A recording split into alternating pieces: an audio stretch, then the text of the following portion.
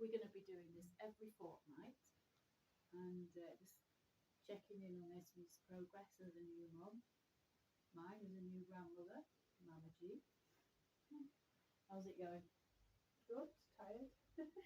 What's the highlights been? Just watching the change every day. Yeah?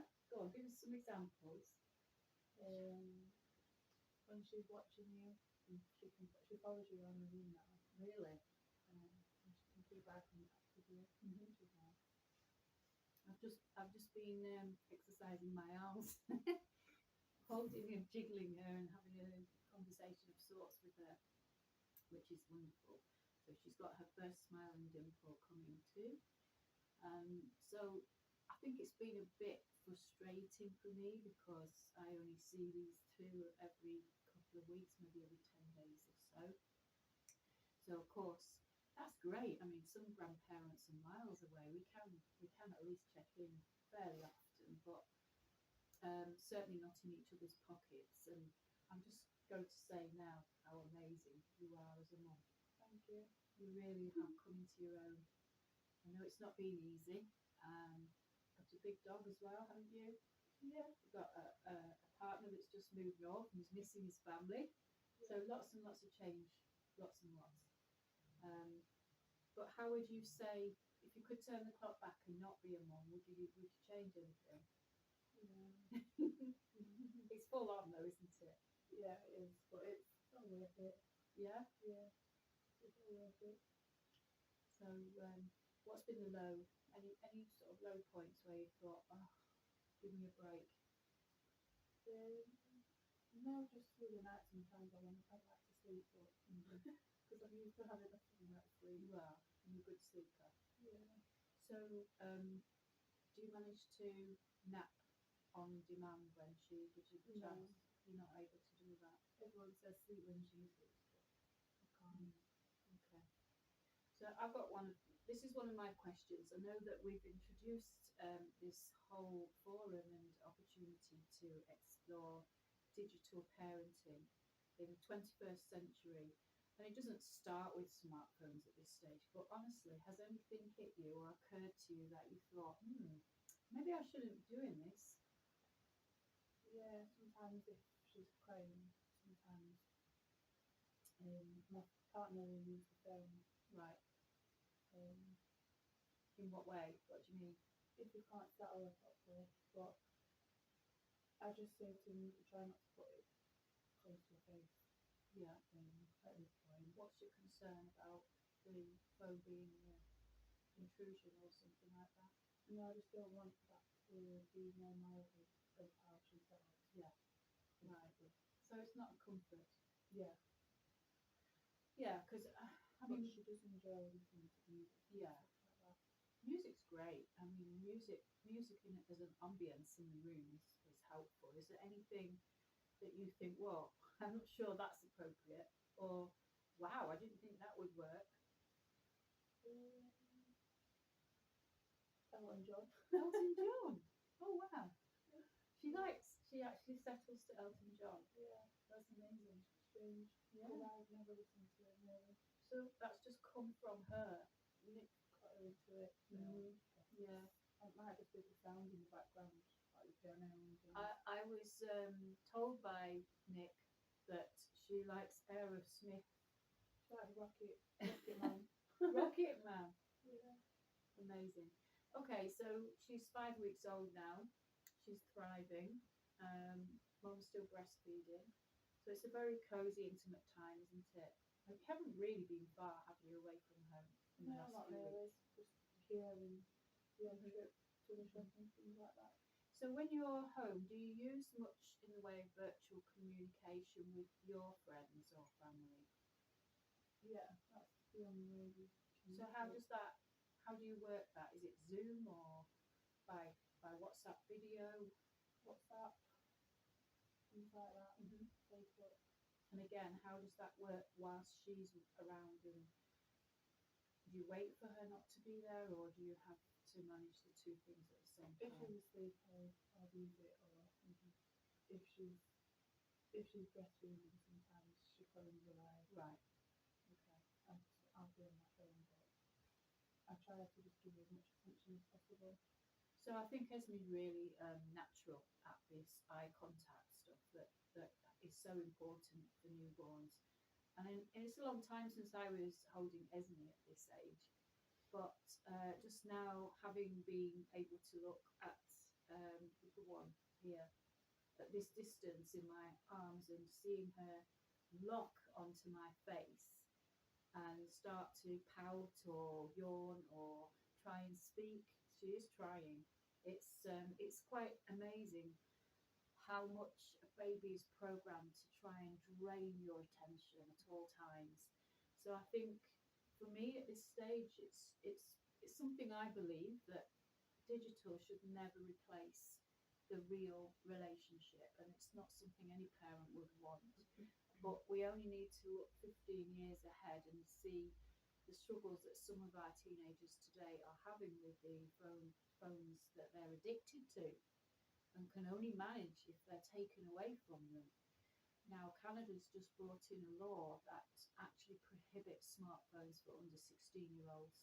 And I think it will come. I think across the world we've realised that we've had a bomb in our pocket here and that we needed to be far, far more aware of how much we're exposing our children to.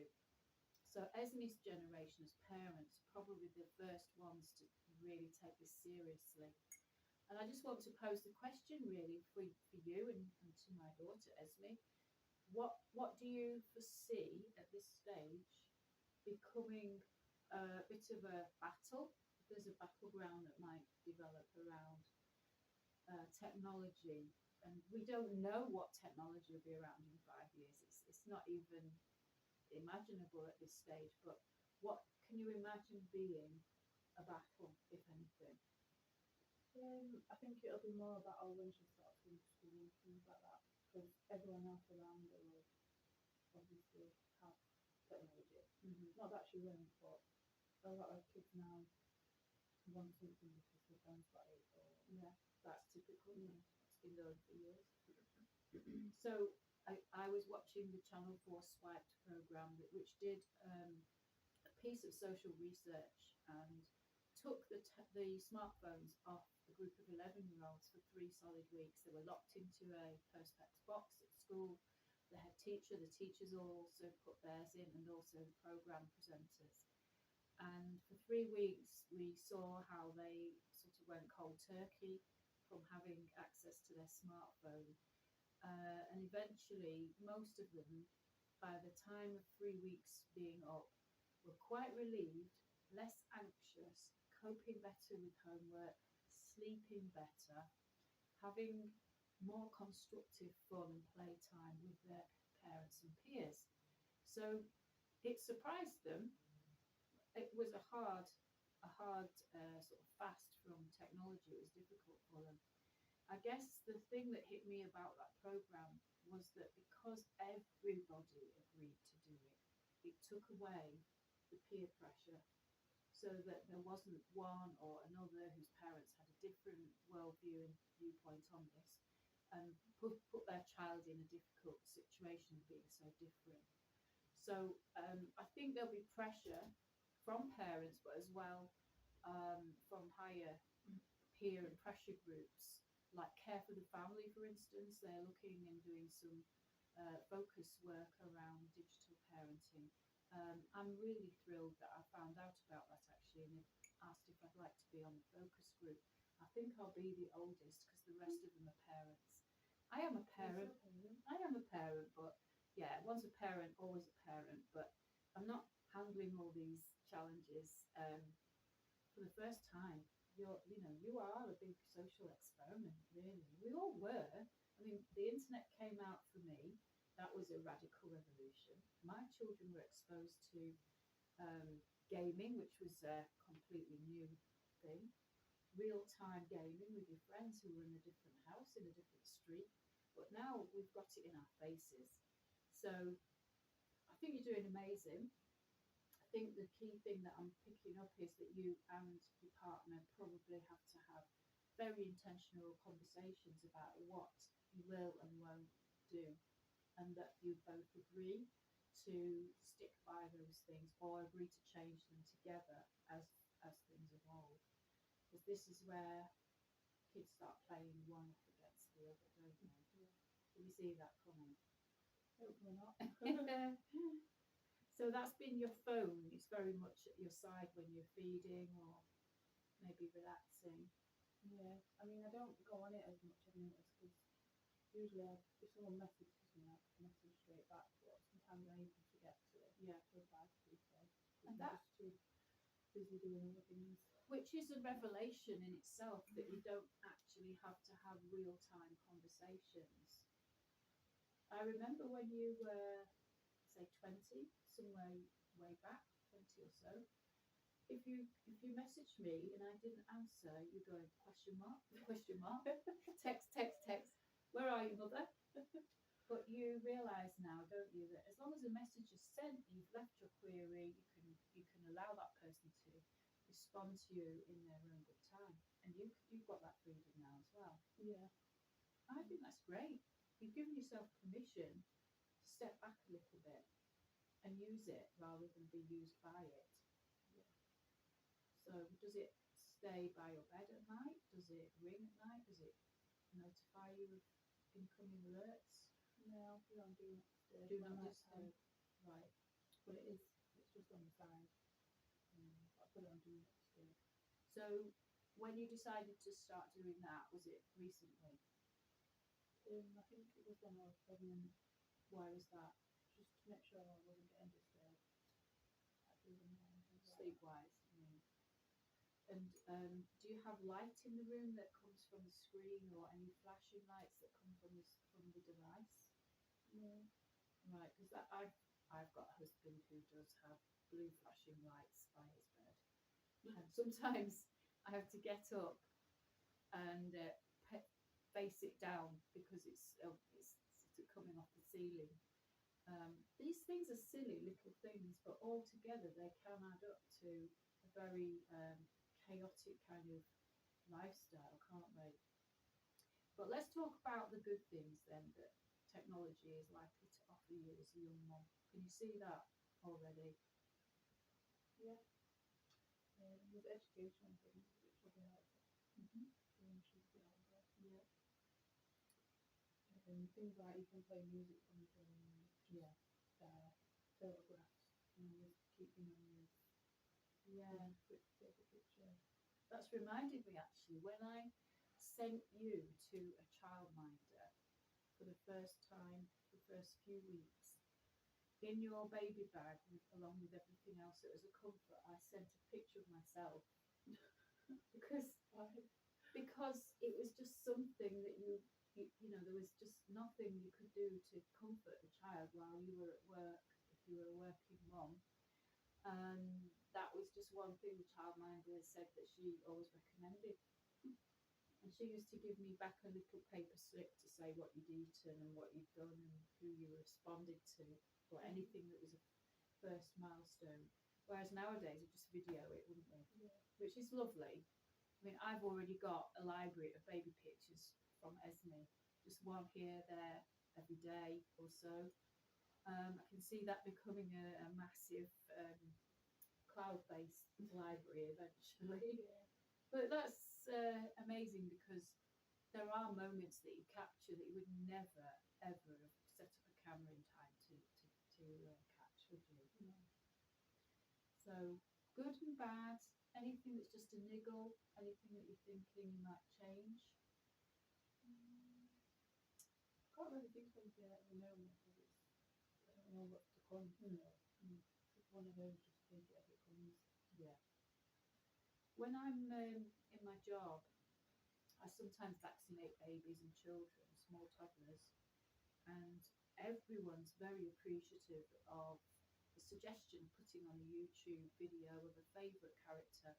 At the moment, it's things like Peppa Pig and Miss Rachel, is that one? Oh, yeah. Yeah. And parents are really thrilled. It's only up for a few minutes, but it just helps totally distract from something unpleasant and creates distractions so that the nasty experience of a needle in your thigh goes away quite quickly. So there's that. I mean, it's easier than just clicking fingers or humming, I suppose. Yeah. It's more engaging. But I think I'm really just conscious that at this stage, and I've been applying it today, and I'm enjoying it, and I'm feeling like that's the natural thing that you want to just be really in each other's face at this stage. Yeah. I guess it makes me feel like, what are the developmental milestones at each stage, and how do you work the best way with them without becoming overly anxious about missing anything, just doing what comes naturally and making sure you're the first thing they see in the morning, you're the first voice they hear. You know, I just don't think there's anything like the mother-child bonding at this stage. No. She's glowing, isn't she? I don't feel like it. Well, she's got makeup on for the first time in weeks, and it does make a difference. So Oh, thanks. no, congratulations, you're really flourishing. I had time to put some makeup on today. Any thoughts, any messages for your mums in the first few weeks?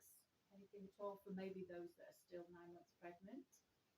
I mean, it's tough, but it's worth it.